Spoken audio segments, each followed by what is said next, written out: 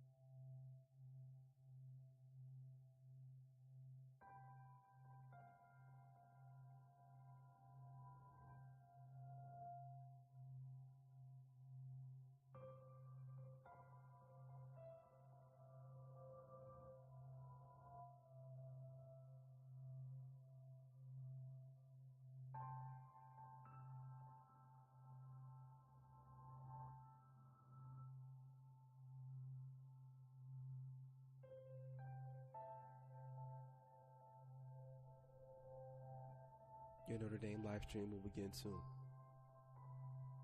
Thanks for watching.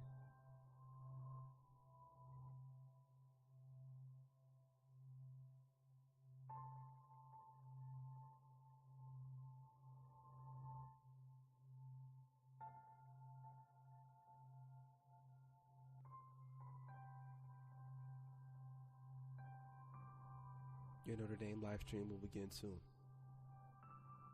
Thanks for watching.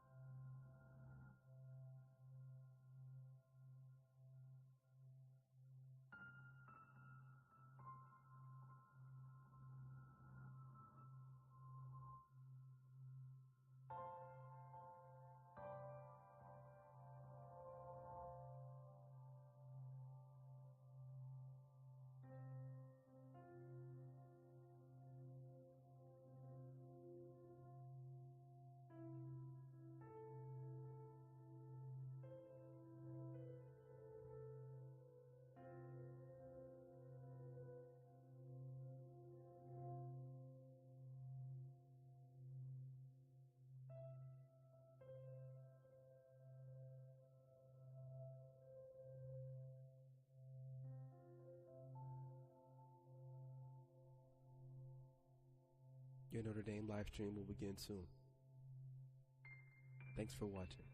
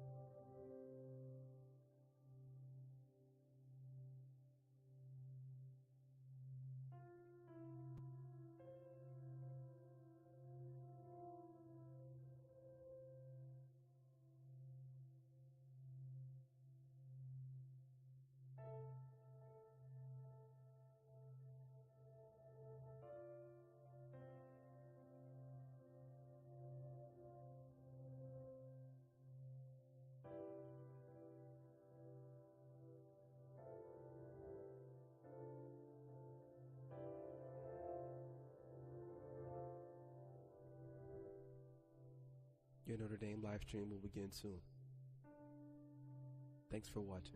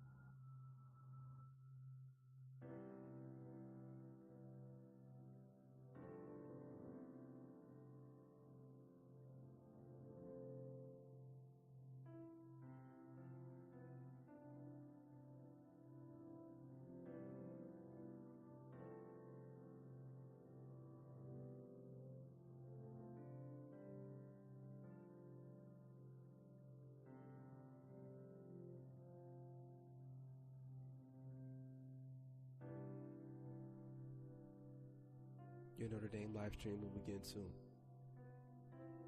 Thanks for watching.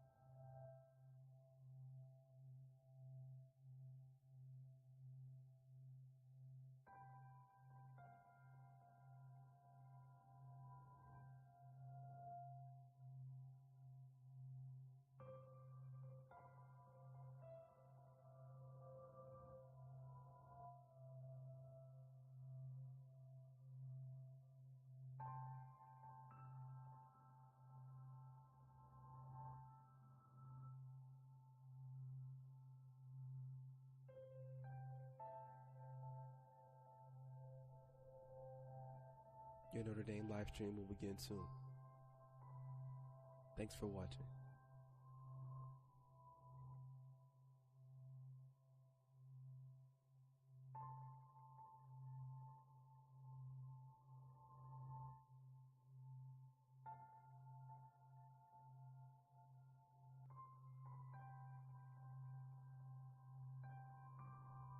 Your Notre Dame live stream will begin soon. Thanks for watching.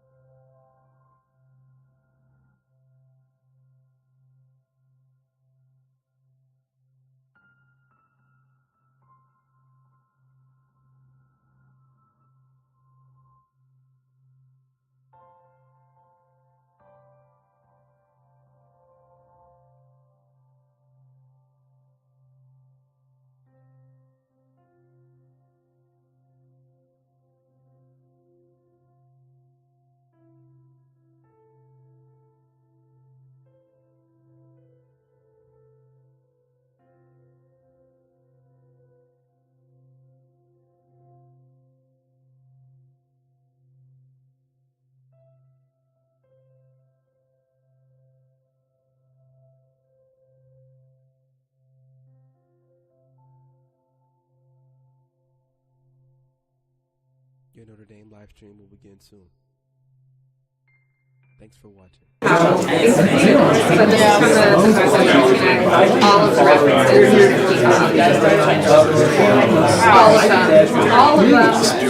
all of them, and then I have to break them out and make sure that I like interpret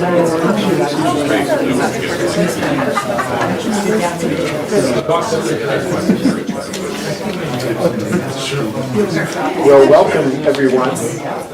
It's nice to see a big turnout for what I'm sure is going to be a very interesting lecture.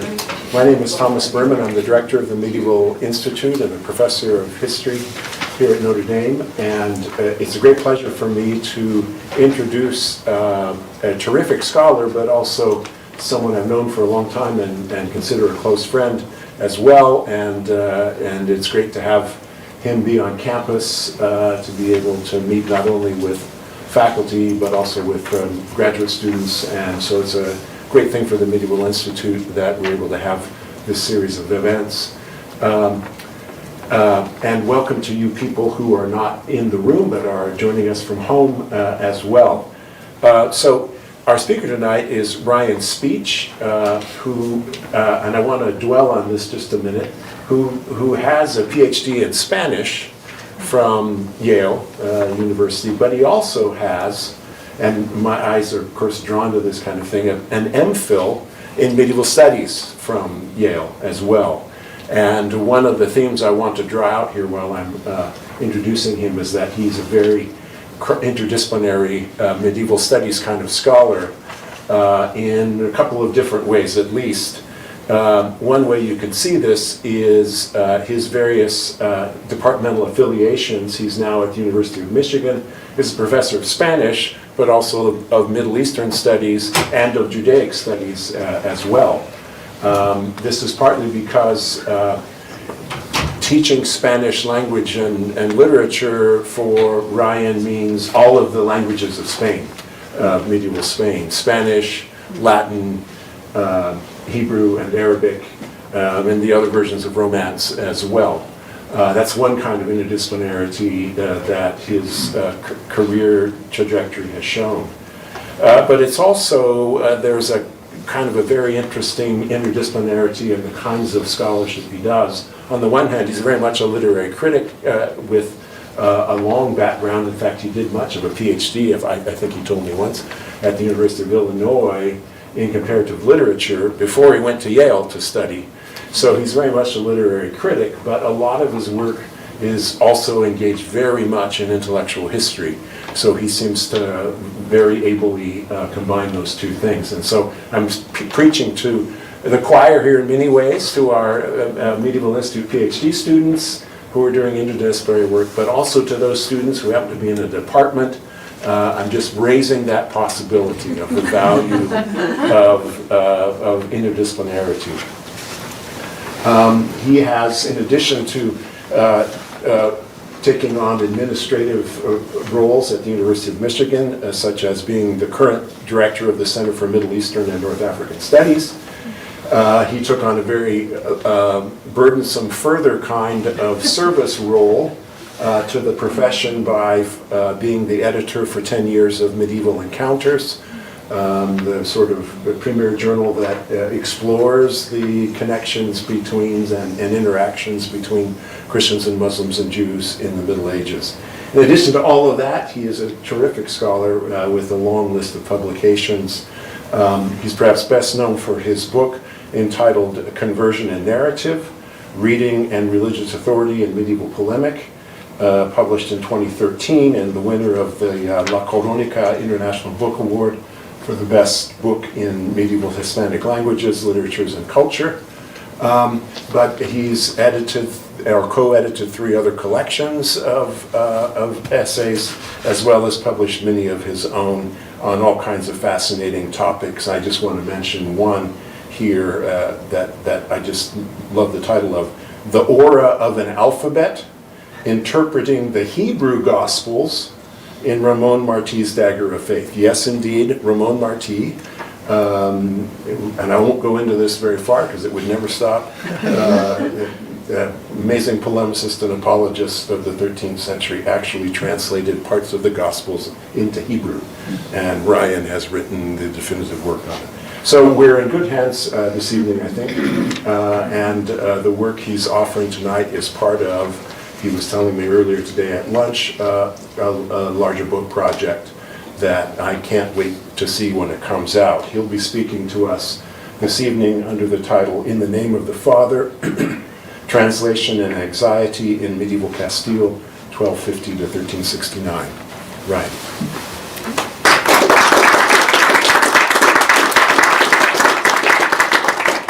Thank you very much, Tom. And thank you all for being here. It's really a great pleasure to be able to speak. I think it's been quite a few years since I've been at Notre Dame, so it's really nice to be back and to see some of the same old places, but also see how new things that have grown and been built. And glad to see that, Touchdown Jesus is still there. That's comforting as well. So I'll say one brief word about what this is, so we can sort of put it in context before I start.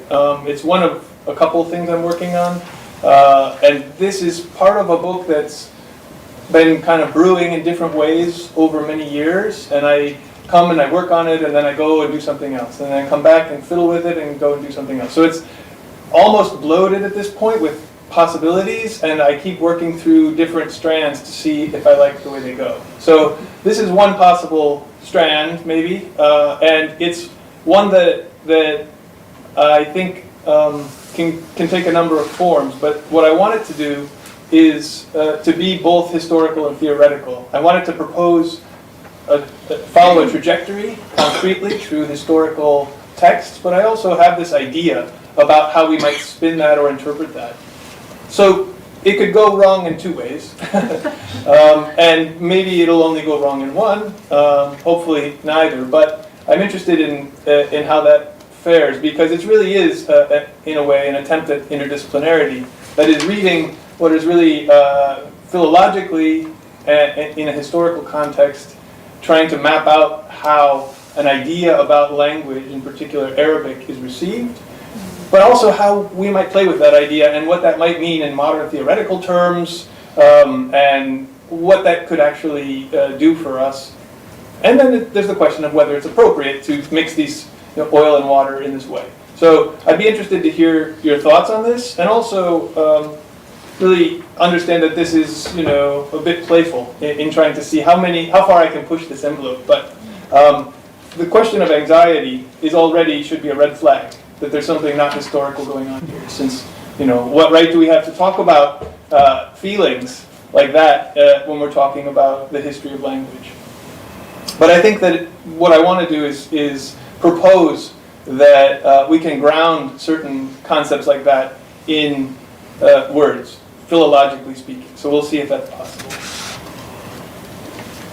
In 1571, Spanish King Felipe II, in a campaign of tremendous brutality and carnage, successfully repressed the uprising of Moriscos, Spain's forcibly baptized Muslims of the 16th century, in the Sierra Nevada mountains around Granada to the north.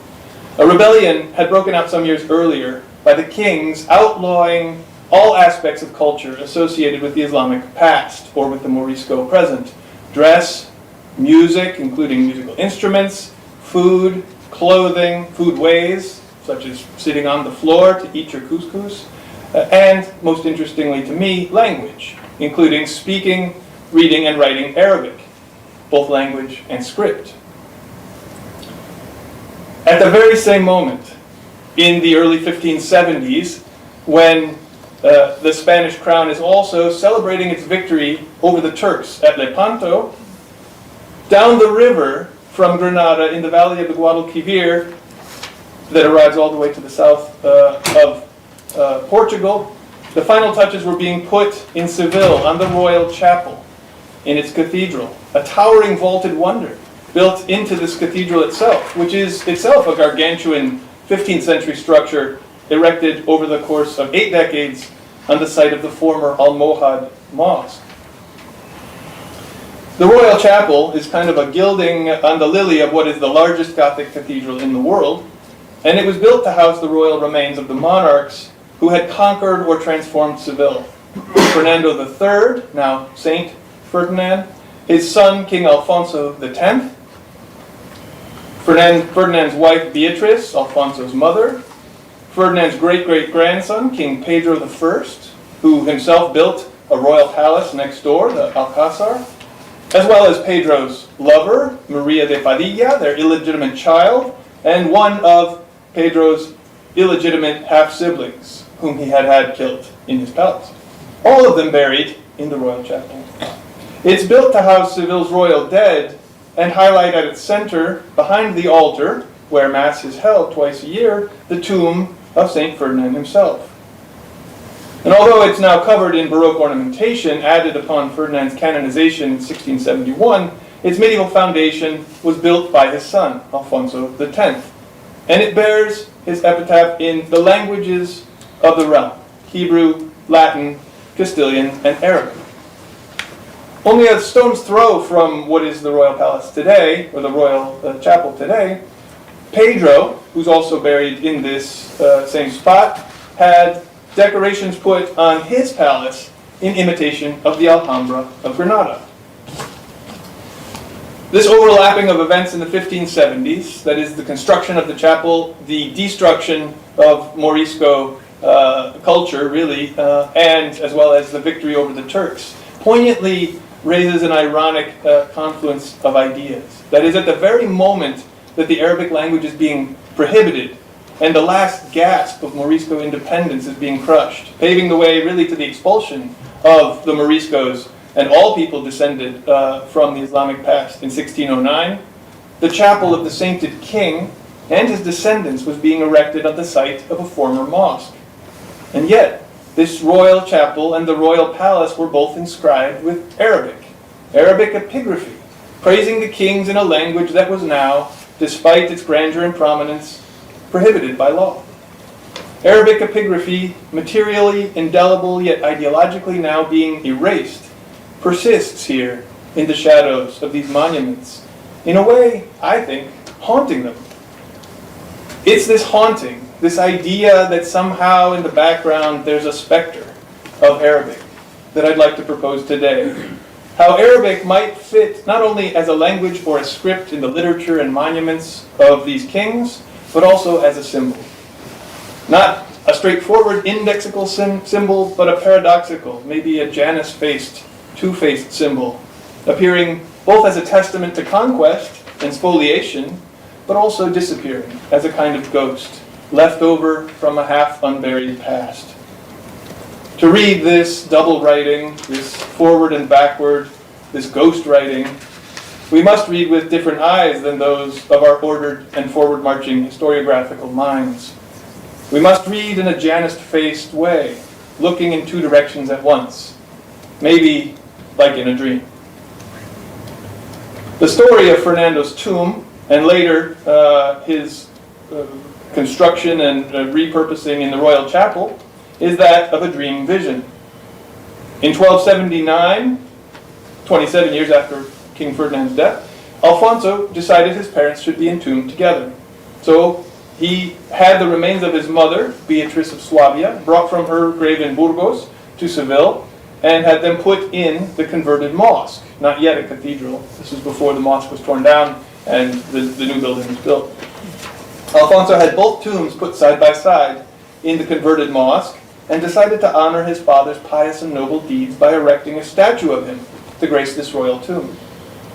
In one hand, we're told, his father held a jewel-studded sword, poised to strike, as in one of his many successful battles against the Muslim population, including the taking of Seville in 1248.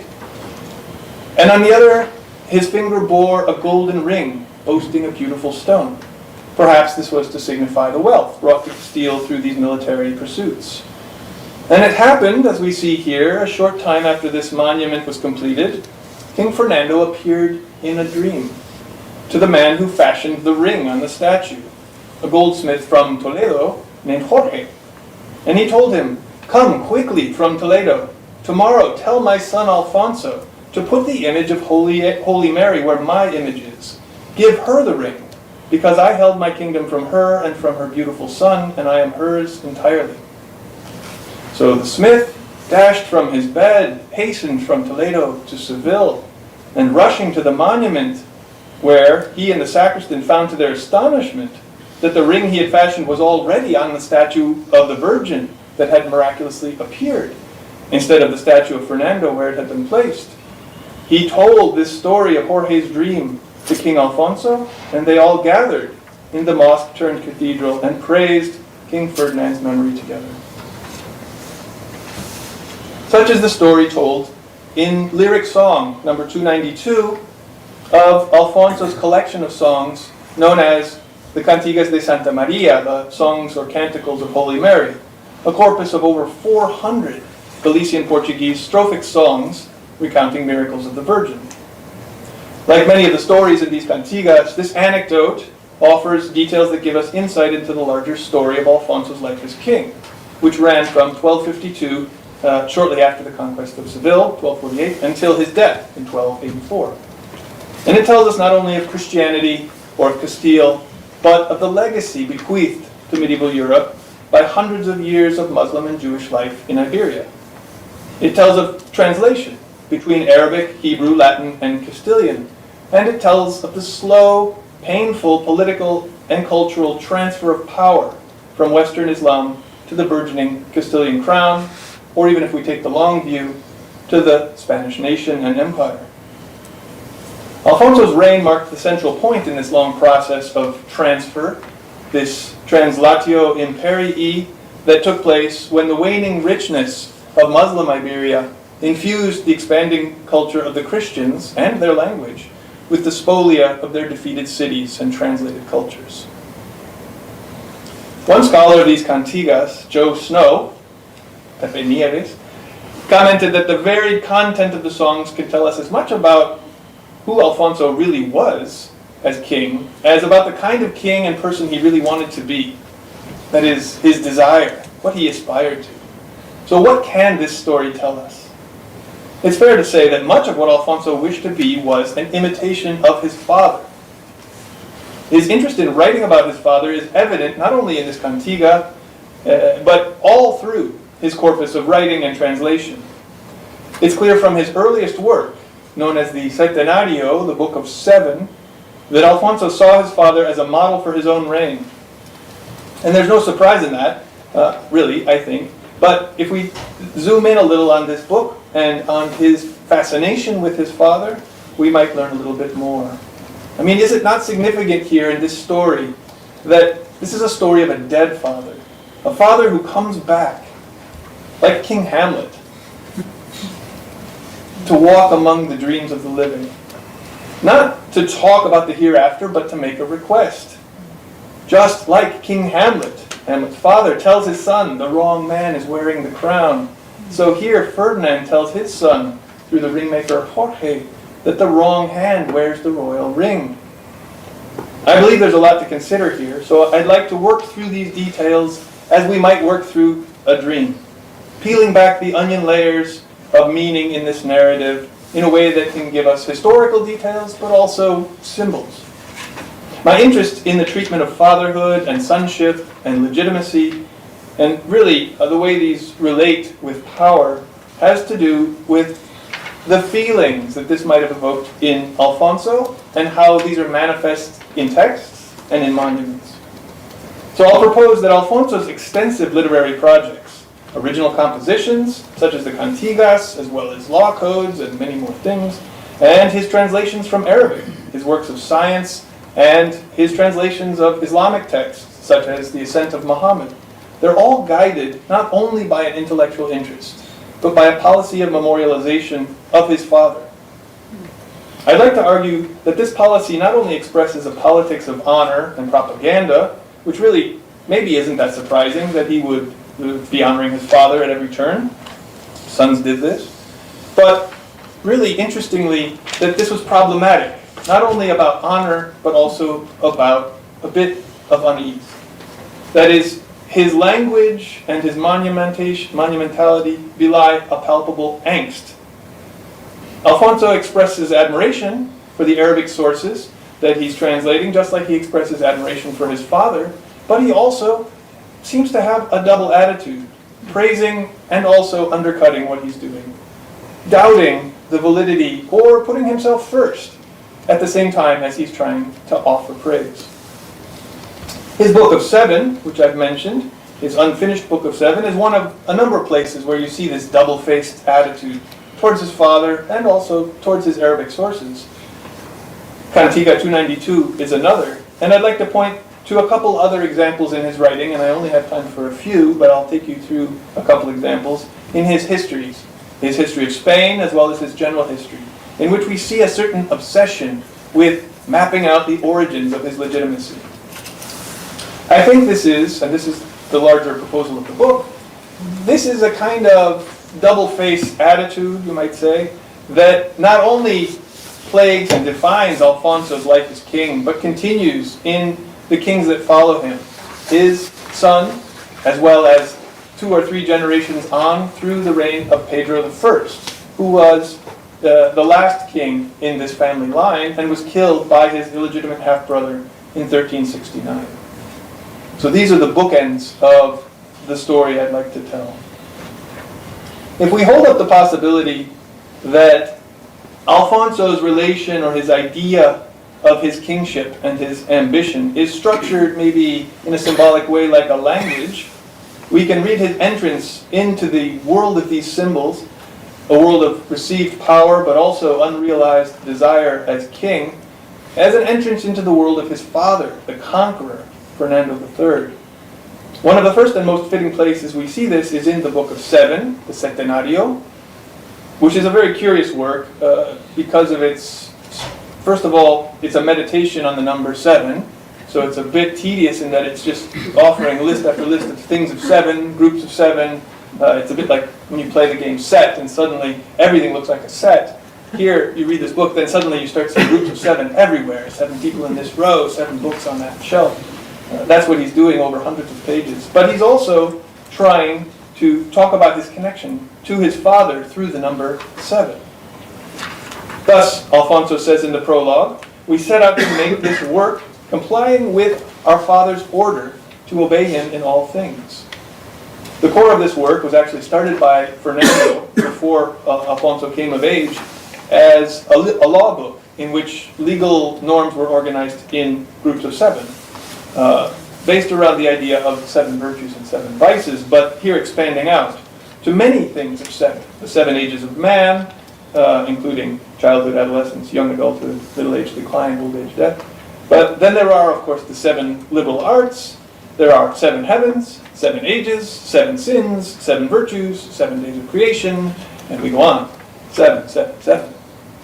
But in addition to these outlines of 7, Alfonso adds a series of meditations about his own father and his virtues and deeds, which also fall into groups of 7, conveniently. First of all, he lists 7 virtues of Fernando that are unique to his father. Such, well, I won't list them, but you can imagine, as well as his 7 favorite activities. That's a good one. 7 personality traits, 7 pious habits, 7 ruling habits, and, quote, the 7 good things he did for his son Alfonso. These include loving him, teaching him, warning him, and forgiving him for his errors. But there are also more concrete ways of seeing 7, including 7 letters in Fernando's name. Here he kind of fudges the 7 rule by only counting the N once, so there are 7 different letters, even though there are 8 letters overall, but he makes it work. And he shows that he too has 7 letters in his name, and this connects him with his father as well. This thread of 7 is tedious, but it's also, I think, revealing, because it wants to draw a cosmic connection between the meaning of his father's rule and his own connection to that cosmic idea. Alfonso's fawning attention to his father's memory must have been noticeable to those around him, since it was memorialized by his own son after his death.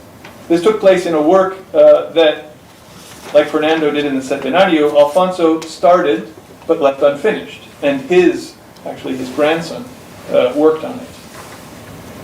Just as Alfonso carried on that work after Fernando's death, the Book of 7, so his son Sancho and his son carried on his own work. So in the ponderous history known as the Story of Spain, the Historia de España, in a section that was not actually added until the mid-14th century, we're offered a very interesting, imaginary, poignant scene of Fernando III's death and a dialogue that's imagined between Fernando and Alfonso. In this later, completely imaginary dialogue, it's kind of like the movie version that comes out, after the death of the star. Fernando is on his deathbed and calls his son over and says, "Son, you have been left rich in lands and many good vassals, more than any king in Christendom. Everything remains in your dominion," which is pretty true. "If you know how to preserve in this state what I leave you, you will be as good as I was. If you win more for yourself, you will be better than I was. But if you diminish this, you will not be as good as I was." And then he expires. Thanks, Dad. So we might read this as an approximation, maybe, of Alfonso's humility before his father's accomplishments, his burning ambition to match him, if not in military conquests, since there weren't that many left, then certainly in cultural ones, and he undertakes his translation projects in a way to try to match his father. But when we take into account the bitter end of Alfonso's reign, something which is important for this story, this takes on new meaning, because this was written by those sons who contributed to that bitter end. Alfonso had hoped that his heir would be his firstborn son, named fittingly after his father, Fernando de la Cerda. But Fernando died unexpectedly, and Alfonso backed then Fernando's son as his fitting heir, who was named, fittingly, Alfonso de la Cerda. But he sort of cast to the side his second son, Sancho. And in fact, in this scene here, which you might see a little bit more closely, in a kind of mise en abîme, we're actually given a representation of King Alfonso handing this work, the very work in which this handing off appears, so the book in which we're reading this is the book that's depicted here.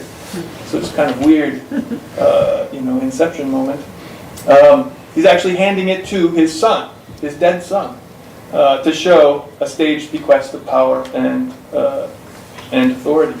Yet, contrary to Alfonso's wishes, the crown did not go to Fernando, or to his son Alfonso, or even to Alfonso's brother, who was also named Fernando. So none of the ones that Alfonso wanted, who were all named Fernando or Alfonso, got to be king. Instead, it was the second-born son, the one whom Alfonso didn't love as much, who took over, betrayed his father, and usurped the throne, becoming Sancho IV. Betrayed, Alfonso sought refuge in the city of Seville, where he died, and where he is now entombed along with his father and mother, and no one else from that family. We might read this dramatization then, this story about the deathbed exchange that was written quite a few years after the fact, not as a record of events for sure, but as a kind of tacit criticism on the part of these later kings of Alfonso's failure to live up to his father's legacy. As the words state, we remember, if you lose this or diminish it, you will not be as good as I was. And Alfonso did, in fact, lose his kingdom, not to the Muslims, but to his rebel son. And so his fictional words here seem to take on a kind of portentous meaning. This way of reading Alfonso's legacy in terms of sonship, that is, seeing him as a good or bad son, is really not the norm. I think Alfonso, for those of you who know Alfonso and his reign, is most commonly depicted in modern historiography as the father of all things. You know, he's the successful father of many things, from Spanish law to the Castilian language and many other, science in Spain. He's called the father. But when we read him as a son, meditate on him as a receiver of culture, rather than as simply the founder or giver, and propose reading his traditions in terms of this metaphor of reception and sonship and duty, rather than foundation, then we start to see him in a new light. It's also significant that Alfonso names himself, as in all of his works, as the son of his father and of his mother, but never talks about any of his own children or anyone else in his family. This image is recurrent, and it might seem not important. It might seem to be a detail that's in a lot of medieval works, but I'd like to show you how there's something kind of suspicious about this. Let me give you an example.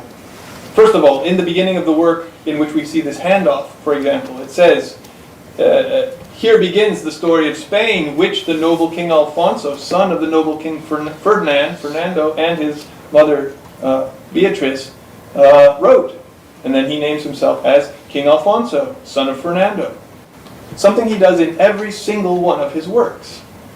For example, in the Book of the Universal Astrolabe, one of the parts of his collected scientific works known as the Book of Astronomical Knowledge, translated from Arabic, he begins by saying, this above-mentioned book was translated from Arabic to Romance by Ferdinand of Toledo by order of the very noble King Alfonso, son of King Fernando and Queen Beatrice. Again, he repeats this in every one of the books of astronomy, saying this book was translated from Arabic at the mandate of Alfonso, son of Fernando and Beatrice. Now, big deal, right? Everybody talks about their lineage, and kings are obsessed with this. But let's look at a contrasting example. If we think of Alfonso's greater family, such as his cousin, Louis IX of France, or Frederick II of Sicily, we can see something slightly different. In Frederick's, so these are both Alfonso's first cousins, other rulers, the prologue to Frederick's Art of Falconry begins in a similar vein, but says, the author of this treatise, the august Frederick II of blessed memory, Emperor of the Romans, King of Jerusalem and Sicily, is a lover of wisdom.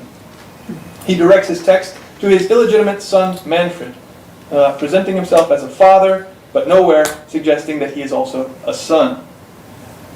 We can see the same thing in, this would be a logical place to actually say, I'm the father or I'm the son, but instead he directs his text not to the memory of his father, but to the memory of his illegitimate son. Ferdinand III himself, in his own works, in his prologue, mentions his sons, like Alfonso, but also his brother, his wife, counselors at the court, and other people who were around who helped him, without a singular obsession with his own father. We can see the same thing in the works of Louis IX, who mentions in his work, such as a work of instructions for his children, that he's writing this for his children and for other good men of the court. No mention of his legitimacy via his father's line. So here we have a parallel in Alfonso's own family. These same works in the same years, with the same tenor, really, that don't have this obsession with creating a lineage tied to his father. Whereas Alfonso is constantly and singularly talking about his identity as the son of Fernando. These formulas of transmission, linguistic expressions of the will to heredity in, say, this work, like I said, might not seem significant. But with these in mind, let's turn back to the story we read in Cantiga 292. This scene is striking because it depicts Alfonso actually memorializing his father. It's not just a memorialization of his father, it's a representation of that memorialization through his construction of his parents' tomb.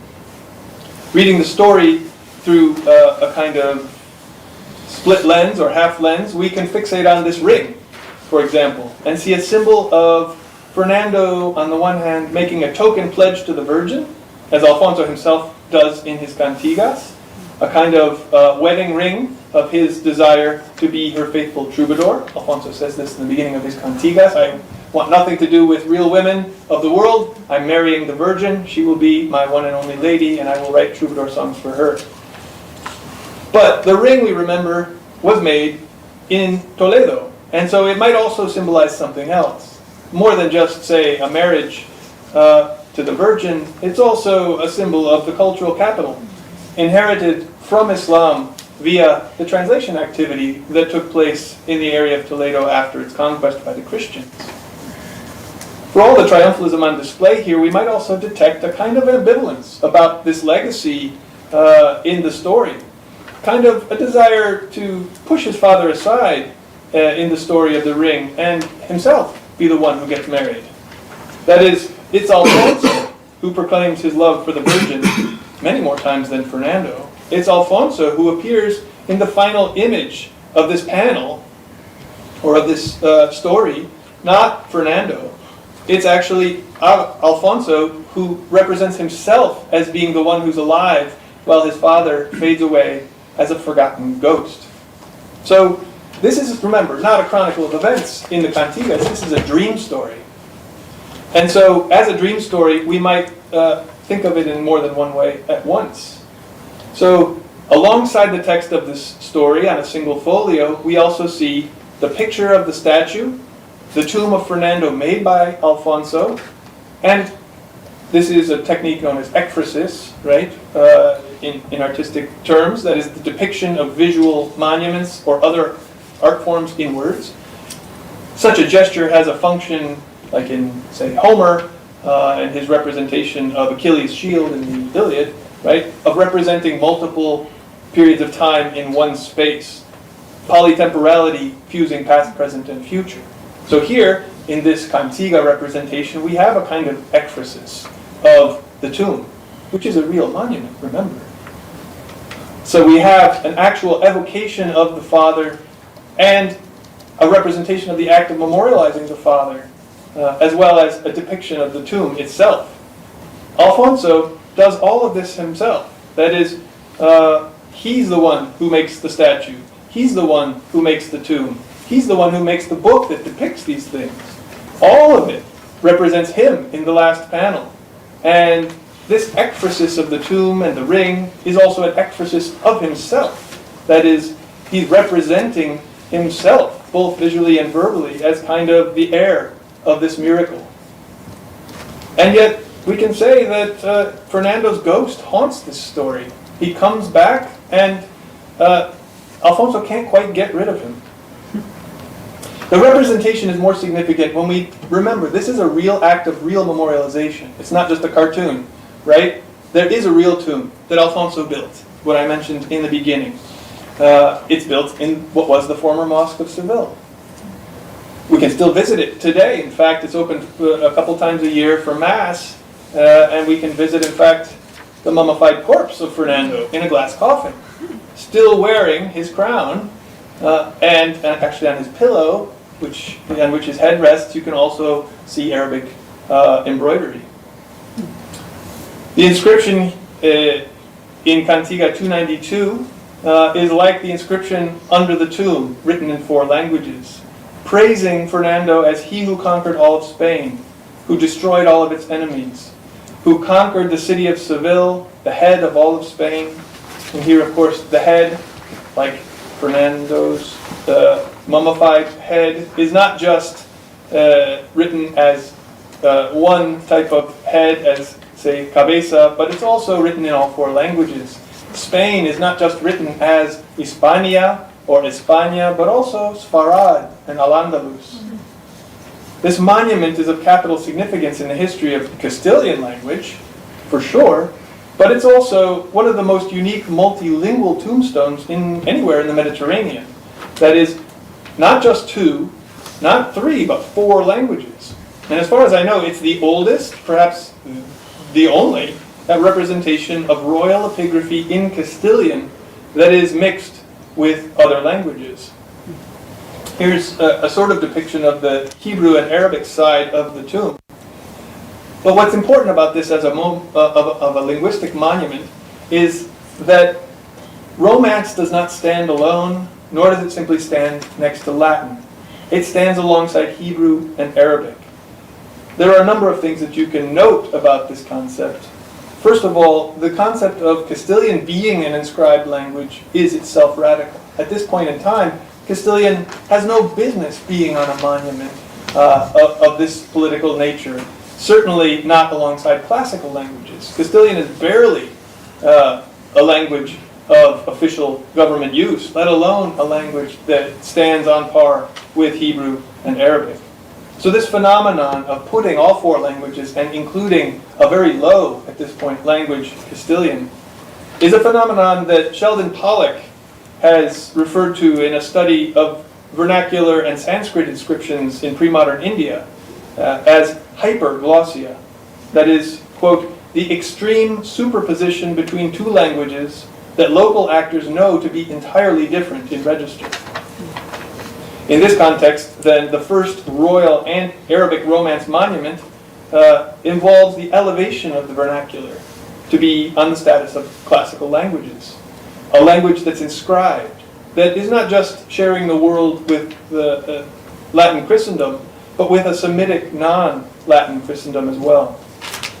The locus of the father's death is also the birthplace of Castilian in a public, inscribed political mode. So let's pause and consider the implications of that even more. Again, this is my peeling back of the onion. This is a kind of indulgence, so sorry if I'm long-winded, but I really had fun thinking about this, and I kept going deeper, almost as if I was thinking about a real dream. I visited this monument, by the way. This is if you're interested, a little self-promotion. I made a little short movie about my work, which you can see online. It's called The Birth of Spanish in 3D, where I visit the actual tomb and also sort of explain its relationship to other related inscriptions. So, in theaters near you or on the web. But what's interesting to me about this is that we have an oral language, a vernacular language, which is essentially the language of hearth and home, right? The proverbial mother's language, not the classical language, but put next to the classical language, like Sanskrit or Latin or classical Arabic, the father's language, the language of learning and law and reason and revelation. The inscription of Castilian here, and here you see actually this representation of Fernando, a Castilian name in Arabic script. The inscription of Castilian, alongside and even in Arabic, on the father's tomb, elevates the maternal tongue to the prestige of the father's language. So we might consider this as a kind of symbol that has been called in some circles the name of the father. That is, the father as a surrogate for a whole symbolic order. The name of the father, that is, not in religious terms only, but in, say, psychoanalytic or psychological terms, it's not simply, that is, a reference to the father. It's an entrance into the whole symbolic order of the father, the law. The father, in this case, is not simply one simple symbol. He's a whole collection of symbols. We have the real man, we have the propaganda around the man, and then we have the whole collection of symbols that represents, which might be considered the law or the revelation. The symbolic order is the order that governs authority in this context.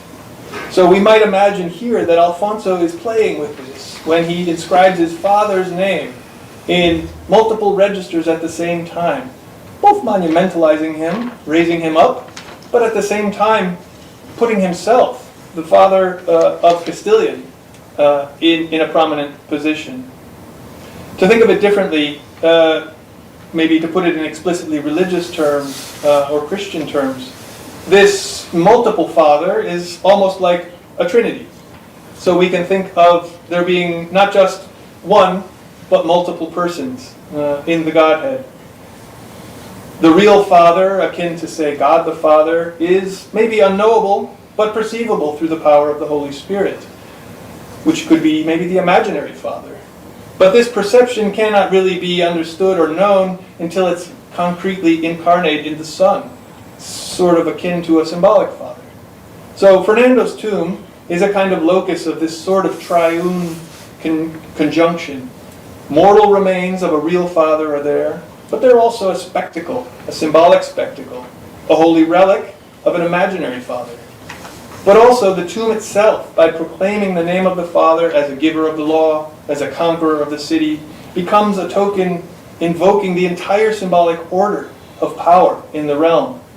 That is, it's the order that's not just the body or even the name, but it's the entire collection of rules, laws, and authority. We can remember, too, that Alfonso is, all this time, quite ambitious, and he's trying to get authority for himself, invoking his father as the justification of his rule, but also invoking his mother. And remember, her tomb is right next to his tomb, and he puts himself right there in between them, because she was the one who connected him to the Holy Roman Empire. And it was through her that he tried to gain that title, and in fact was elected Holy Roman Emperor, just never confirmed.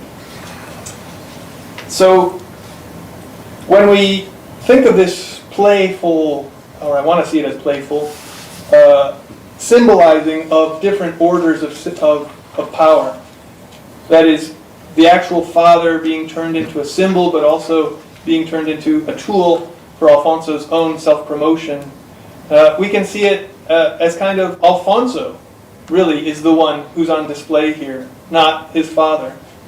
And so it makes sense that Alfonso rememorializes his own memorialization by depicting it in his work. Right? Fernando only appears one time in the Cantiga, but Alfonso appears throughout, and he's the last image in the entire picture. It's been said that the symbolic father, insofar as the father represents the law, is the dead father. And in this case, the dead father is literally the son's tool to conquest and power. Now I know, I'm going a little deep, I'm indulging, I know, so thank you for your patience in this, but I'm really interested in the problems that this evokes. We have a whole tangle of different elements. We have a real dead body, the body of a saint. We also have a conjunction of languages, and then we have a representation in literature of that representation. So we kind of fall into a kind of rabbit hole of possibilities that I think needs to be worked out. The linguistic display on the tomb is a kind of spectacle of multiple symbolic orders. And I think, I'm reminded of this adage, maybe from Nietzsche, I can't remember where, but being an heir is dangerous business. So Alfonso definitely wants to pitch himself as the son of his father, but at the same time is trying to break loose, trying to show that he is really the founder of Castilian, not his father. The father's ghost keeps trying to get out of the tomb, but Fernando, can't quite be dispensed with that easily in this work, because his son, although he's interested in his own self-promotion, can't do without his father. What interests me too about this idea that somehow anxiety, which is a notion of relating to the unknown or the unseen, the objectless that might be approaching, is akin to the act of translation. Because here we have translation as the production of a kind of double presence and absence. Translation on this tomb is a good example, but Alfonso's entire career is defined by translation. All of his works, by which he elevates Castilian, are translations of Arabic works, or they're built off of them. So translation is really at the core here. Premised on a sort of explicit recognition of foreignness or of otherness, translation also insists on difference from the original, on not simply being a translucent or transparent representation, but also something whose own meaning and purpose relies on its difference from the thing it's translating. This idea that there's kind of a double presence and absence in any translation, and especially in a political context, is something that Lawrence Venuti has called the problem of the translator's invisibility. When the medieval notion of authorship comes into play here, it differs entirely from our modern notions in which, an author is responsible for a text. In this, we have something akin to a relationship between God and his vicar, say. As Alistair Minnis has famously argued, the Western notion of authorship is built on this concept, not of an author, but an auctor, in Latin, that is a trusted source, a dead source, for sure. And as he says, the only good auctor for any author is a dead one. But in the same sense, Venuti, who's talking about translation, says that really the only good original that can be translated is that of a dead author. Translation is defined as a second-order representation that must efface its status as secondary at the same time as it evokes it. So I think that there's also not only this question of sonship and legitimacy and power, but also the fact that he's playing with languages and translation, and the power of the original is part of this weird mise en abîme that I see in all of what Alfonso is doing. So let's pull out a little bit and think about a story that Alfonso tells to explore this anxiety of his own legitimacy. In his History of Spain, the Historia de España, that I referenced before, where we have the depiction of the father handing the son the very book in which the book is representing the handing off, we also hear a story, which is quite interesting. So I'll put the original in Castilian here, but I'll read the translation. He says, "The sages of old, who lived in the first times and discovered knowledge and other things, believed that they would be lacking in their duties and their loyalties if they did not have regard for those who would come after them, just as they did have regard for those with them in their own time. Understanding through the spiritual works of God that knowledge is lost when those who know it die and do not leave a record for posterity, the wise had to seek ways to arrive at knowledge, and after finding it, not to forget it. Seeking this, they discovered the shapes of letters. Joining these, they made syllables, and from these joined syllables, they made parts. Joining parts, they made reason, discourse, razón. And with discourse, they come to have knowledge. In order that those who come after them could know what they had done, they had it written down so it did not fall into oblivion. And thus we, Alfonso, by the grace of God of Castile, León, Galicia, Seville, Córdoba, etc., son of King Fernando and Queen Beatrice, ordered that this book, and that as many books as possible that talk about anything of the deeds of Spain, be gathered together for those who come after us." End of quote. So here, writing itself becomes a kind of gesture of polytemporality, a way of conflating past and present, and of connecting the present king's power with the very origins of understanding itself.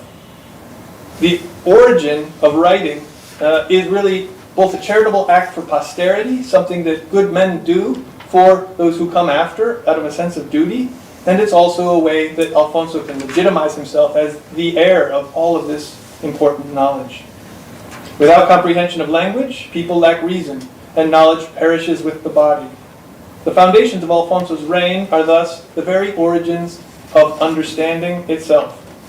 The loss of language is quite literally the loss of civilization and descent into oblivion, and therefore Alfonso is performing a service not just for himself or for his kingdom, but for all of humanity. At least this is how he seems to be painting it. So it's hard to be connected to the origin of things because things get lost in translation. Alfonso expresses not only triumph when he tells a story like this, but also certain concern, or even I would say anxiety, over this precarious position. And he raises it in a second anecdote, in his second history book, in which he actually tries to tell the same story, but inserts his own sense of concern. And in this story, he tells how he found an old book, but he couldn't read it. He tells the legend of the figure of Hermes, an ancient sage who is supposed to be the one who discovered knowledge. And Hermes has many, many faces, but associated with the Egyptian god Thoth, or Thoth of writing, he was fused in the Hellenistic world with Mercury. Hermes became a kind of triple figure in the Mediterranean, known as Hermes Trismegistus, Hermes thrice great. And in Islamic tradition, Hermes is represented always as three. And it's through the Islamic representation of Hermes, of Mercury, that we have Alfonso's knowledge. Alfonso is reading Islamic sources about Hermes, not Greek sources. So there's a separate Greek Corpus Hermeticum, which is not this one. And that's where he gets his story. He says that the first Hermes lived before the flood and wrote down all knowledge, after discovering language, wrote down all knowledge on stone pillars. And his son, the second Hermes, also called Hermes, in a way like, Fernando's son is called Alfonso, and his son is called Fernando, and so on. The second Hermes, who lived after the flood, had a son and changed his name to Thoth. But knowledge dies when the flood comes. And so Thoth had a disciple named Asclepius, to whom he taught how to decipher the knowledge that was inscribed on all the pillars that he had inscribed. So he put all knowledge on stone pillars and taught Asclepius, who's the fourth in this line, how to read them. And that's what he's referring to. He says, quote, "We found a book by a sage named Asclepius, and in it Asclepius, the philosopher, says, I found a book of Hermes, in which were written many figures, letters different from one another in a way that they did not resemble each other. He asked in many lands how these letters were meant to be read, and he could not understand them.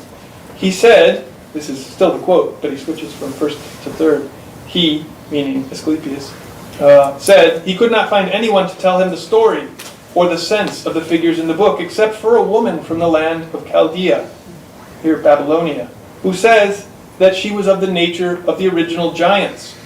Her name was Goglabone, and she was a niece of Nimrod, who was a giant, who made the great Tower of Babel for fear of the flood. She said to Asclepius, these figures and letters were the language of the giants, my relatives, from whose lineage I descend. And this story really goes on. I mean, it's quite a long and interesting story, but what I want to emphasize is that those details are sufficient for what I want to say, which is that in invoking an Islamic understanding of the giants and the story of Babel, we have a combination of themes that we've already been talking about so far. Lineage, ancient wisdom, human memory, Semitic translation, and loss. These are all encapsulated in a single kind of theme that appears regularly in Alfonso's writing, the theme of the lost book, the book that was hidden, lost, and now being resurrected as newly translated. Asclepius, disciple of the oldest inventors of knowledge, tells of his discovery of an old book in an unknown language, and then discovery of the woman who could read it. Similarly, in his books, Alfonso talks constantly about his discovery of a long-lost book. In the prologue to his Lapidario, the Book of Stones, which he translates from Arabic, we find the same topos. He says, this book was translated from Syriac to Arabic, and now this book remained lost for a long time, such that no one understood it or could make sense of it, until God wished it came into the hands of the noble King Alfonso, son of the very noble King Fernando. It happens that a Jew had actually hidden it in Toledo, so that no one could make use or benefit from it. So Alfonso ordered that it be translated from Arabic into Castilian, so that men could understand it better and know how to make use of it. unquote. This topos here of Eastern wisdom, long lost, perhaps along the way suppressed by malevolent Jews, and now recovered, appears in a number of Alfonso's prologues as well. And it's actually evoked in the pictures that accompany the Lapidario, in which each stone, and it's a list of stones, is accompanied by a little scene in how the stone was dug up from the earth and discovered. So not only is the long-lost book discovered, it's like the many, many long-lost mystical stones that are discovered, dug up from the earth, and now brought forward for human benefit. This topos of the long-lost thing, the long-lost book, or long-lost knowledge, or long-lost stone, that's dug up by the sage, is something that appears in a number of places in the 14th century, kind of following Alfonso's lead. And I'll just mention one or two because I think they're relevant here. Maybe 100 years after Alfonso became king, in Castile, actually, not far from where Alfonso lived most of the time, the work of Castilian Dominican Alfonso Buenombre claims a similar story in his very famous book of the Letters of Rabbi Samuel to Rabbi Isaac, which is actually a medieval bestseller. It has over 250 manuscripts, and then was printed many, many, many times. So it's a wild bestseller. But it starts with the story of a long-lost discovery of an Arabic book that the author claims to have been handed while he was in jail in North Africa. And now you may be thinking of Don Quixote and the story that Cervantes tells, the invention of the lost book, and the Muslim author Cide Hamete Benengeli, whose Arabic original was lost and forgotten, as he says, buried in the archives of La Mancha. Cervantes begs credit himself for the big work it took to dig this up from these difficult Manchegan archives. But Alfonso is really the beginning source of this story, which so famously is fictionalized in Cervantes. We see it in Alfonso first, and then we see it again in Alfonso Buenombre, in a number of other writers in between, and as late as Cervantes. It's Alfonso's attention to the myth of origins, that is, the origins of language, the origins of legitimacy, the origins of his own rule, that overlaps with his own sense of the difficulty of translation. Language is in a strange script, in a language he can't understand. Books are hidden by evil actors. Secret Arabic wisdom is lost, or potentially suspect. That proverbial Arabic book, long hidden in Toledo, is brought back and resurrected, but also transformed. In a way, the lost Arabic book in Alfonso's stories is like the ring in the house of the Toledan ringmaker, who is really urged to bring it from its origin in Toledo, that is lost in the house of a Jew in Arabic, to Seville, where it can be properly put on display and serve the crown. Now I could go on with this recurring overlapping of the language of genealogy and translation and political legitimacy defines Alfonso's writing. And yet, like I said, what I'm reading here, or trying to read, is angst, anxiety over this process. Not only triumph, but worry that there are somehow problems and really moments of danger in which translation overcomes sense. It appears over and over again, not only the lost book, but also this question of how to preserve sense through all of these trials and tribulations.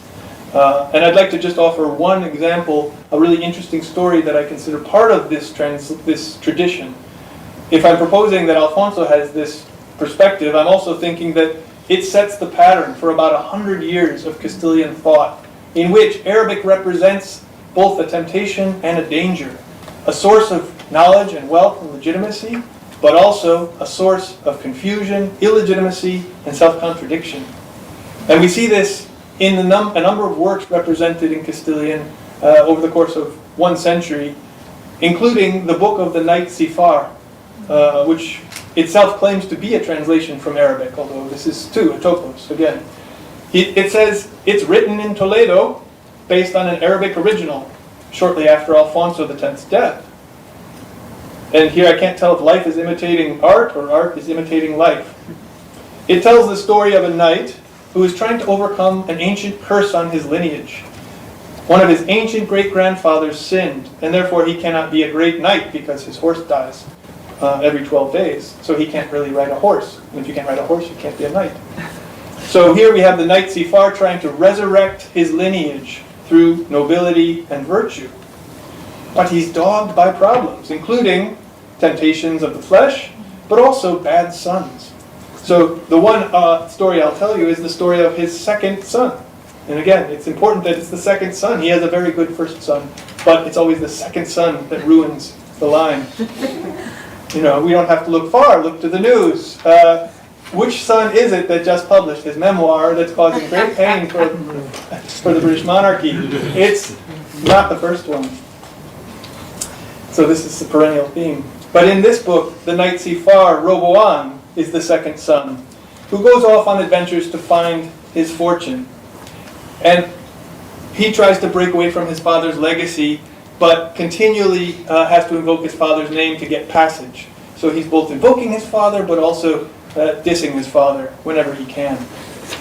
We're told of one side story in which the son, Roboam, goes on an adventure and ends up falling in love with a strange woman. You see if I can get ahead to that. Here she is. A strange woman he meets near a lake. It turns out she's half of a devil, but he doesn't know that at first. He's seduced onto her lake and ends up marrying her, even though he had already gotten married before he set out on his crusade. So now he's committing bigamy. But on this magical island with the devil woman, he fathers an illegitimate son. And at the end, he wakes up, realizes, I'm already married, tries to escape from the island, and she says, you can't leave me because you have a son. We have a son together. And he says, he dumps her basically, and he says, you know, it's your problem, not mine. And then the book adds, there is a book in Arabic about the numerous deeds of chivalry and other good deeds that the son accomplished after he came of age and went in quest of his father.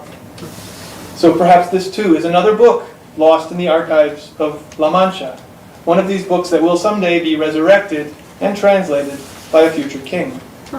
This motif, I think, details like this in Castilian fiction of the age are repeating a topos that I think is not just fictional, but is actually defining the reign of Alfonso himself. We can look around for a number of places where we see this kind of weird tension about language and how it both provides legitimacy but also causes misunderstanding, illegitimacy, and downfall. The motifs recur through the 14th century and are also patently obvious in the palace I mentioned, which is next to the great cathedral's chapel.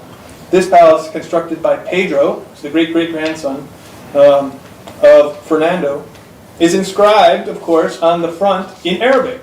And in fact, we here you can see in these tiles a really fascinating inscription. The blue tiles represent Arabic, which repeats the claim to legitimacy of the Muslims of Granada. There is no victor except God. Right? Wala ghaliba illallah, repeated not once, not twice, but 8 times. We see it written both in blue and in white, both right side up and upside down, both right to left and left to right. So here we are. Let me try to show you how it works.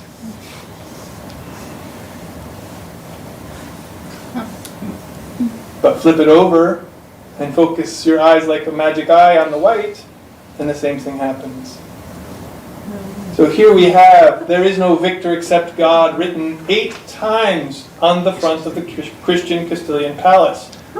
8 times, in which we see, again, the use of Arabic as a legitimizing claim to power by a Christian Castilian king, around which, in Castilian, we have Pedro claiming his legitimacy as the builder of the monument. So, on the two ends of this story, we have the tomb of Fernando III built by his son. This is the beginning of the story in the 1250s. And then at the end of the story in it's really the late 1250s, we have Pedro's monument, in which he builds his own Arabic monument around which he puts Castilian and elevates it to say he is the king who built it. And then he is killed by his half-illegitimate brother. So, in keeping with the theme, and here actually you can see his name written in Arabic just like Fernando's name. It says, praise to the Sultan Don Pedro. If you want to see that, see the movie. Pedro keeps with the theme because, like the other problems of the reign brought by bad sons or second sons, here we have Pedro being killed by one of his 10 illegitimate half-siblings. His father was quite a womanizer and had 10 illegitimate children with Leonor de Guzman. And Pedro himself had a number of them actually killed in the Alcázar, in this palace, under these Arabic inscriptions. But one of them finally rose up and dogged him and actually killed him.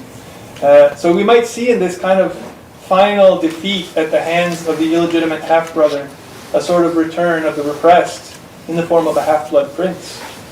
This fratricide here is a poignant reminder of the persistence of the critical intersection of these themes: filial piety, legitimacy, and the politics of translating Arabic. So that's kind of that's my project, and I wanted to present it to you in broad scope, but I can also dig down about a number of details, including Pedro or any of the other texts. If we understand this Alphonsine tradition, not only in terms of Alfonso's inheritance, of the legacy left by Fernando, but also in terms of maybe his complexes or anxieties that this inheritance brought with it.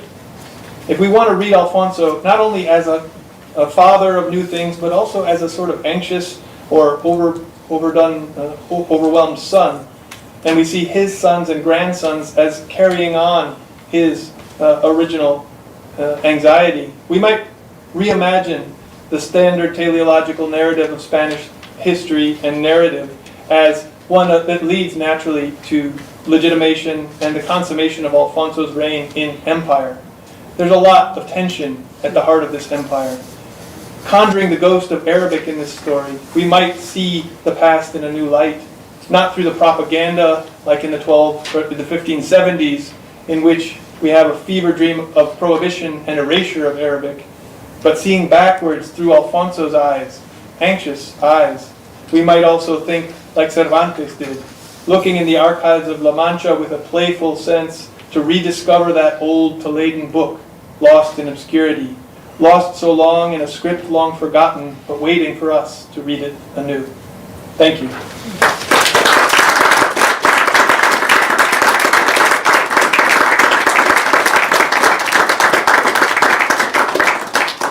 Thank you for that rich presentation, Ryan. We have a few minutes for questions, so feel free to raise your hand and I'll let Ryan respond.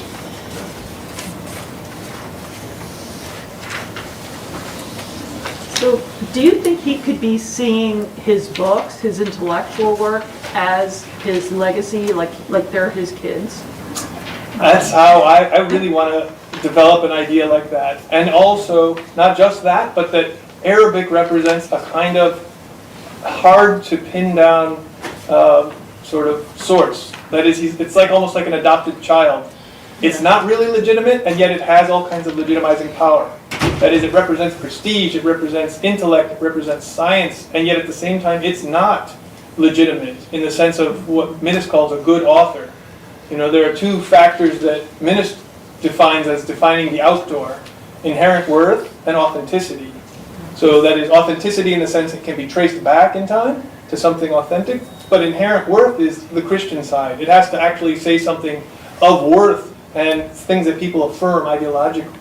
So the Arabic is problematic in that sense because it has all kinds of authenticity, the legitimacy of the past, but it's not really inherently worthy in the sense of sources from the Latin Christian tradition. So I want to, reading them as children, as his children, I also want to see the problem of sons as a kind of metaphor for how you take on knowledge from outside of the canon and use it to legitimize yourself. And whether which son is more problematic, the adopted son or the illegitimate half-son, or maybe the first son. Which one publishes the memoir? So I do definitely want to see that. That's a metaphor that I'd like to use in this. But I don't know. I don't want to attribute too much to Alfonso. I want to make clear that I'm not saying this is how he thought, but I'm saying this is maybe a fruitful way for us to read all of these different possibilities. A narrative that works to tell his story, which is one of definitely anxiety or consternation over the two symbols of his writing. He definitely elevates Arabic as a source of his legitimacy, but he also constantly undermines it, right? In the same way he does to his father. So I'm really interested in probing that ambiguity, but I don't want to go past that and say Alfonso uses this metaphor or language and he doesn't think his books are sons. I don't ever find that. I mean, I would love to find him saying that, but that's going a little too far. But I do think it's a useful hermeneutic lens. That is, we can read history creatively and see this because there's so much possible symbolic meaning to the way these different elements are sort of flying around. So I do think that it's legitimate to read this way, as long as we're clear about, these are our models that we're having fun with, not necessarily Alfonso's language. What does he say? Right. He sees them as definitely sources, the long lost book source. Like he's responsible for whatever's good in them. He brings it to life. The resurrector almost. But calling himself the father of these books, that would be great. If I can find that line, I'll write that and retire, because that's really what I want to suggest. But I don't actually want to say he said that, because I can't. He doesn't use that language. Or at least that these books will be my legacy or my contribution or something. That for sure. That yeah, there absolutely. is that language, that direct. Yeah. Absolutely. He's talking about posterity constantly and about his role in bringing the wisdom of the past that's been lost in weird languages to the present for the future. Right? So he wants to see himself in this pivotal role, and part of it is propaganda for the Holy Roman Empire, right? But part of it is this parallel to his own sense of there's nothing to conquer anymore. His father really finished the reconquest in a large way. There's only Nash Granada, but he comes up with military schemes that are really half baked. He's a terrible kind of soldier in that way, not a great statesman in that way. So this is the one thing he thinks he can do, and he does actually have a huge impact doing it. But posterity is one thing he does say. He just doesn't use the word father son in the way I want him to. But that's okay. We can, he's close enough because he calls himself a son constantly and talks constantly about his father. So I want to bring these really close together and see if there's a spark. Maybe one more question.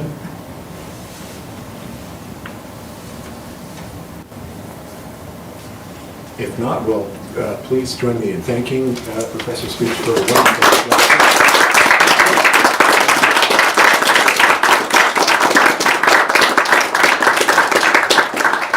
And please join us. We have a nice reception through these doors right over here, with this door, which I will unlock momentarily. And don't go away without eating something and drinking something. And somebody drag Professor Szpiech in there so he gets something to drink and doesn't get cornered by the food.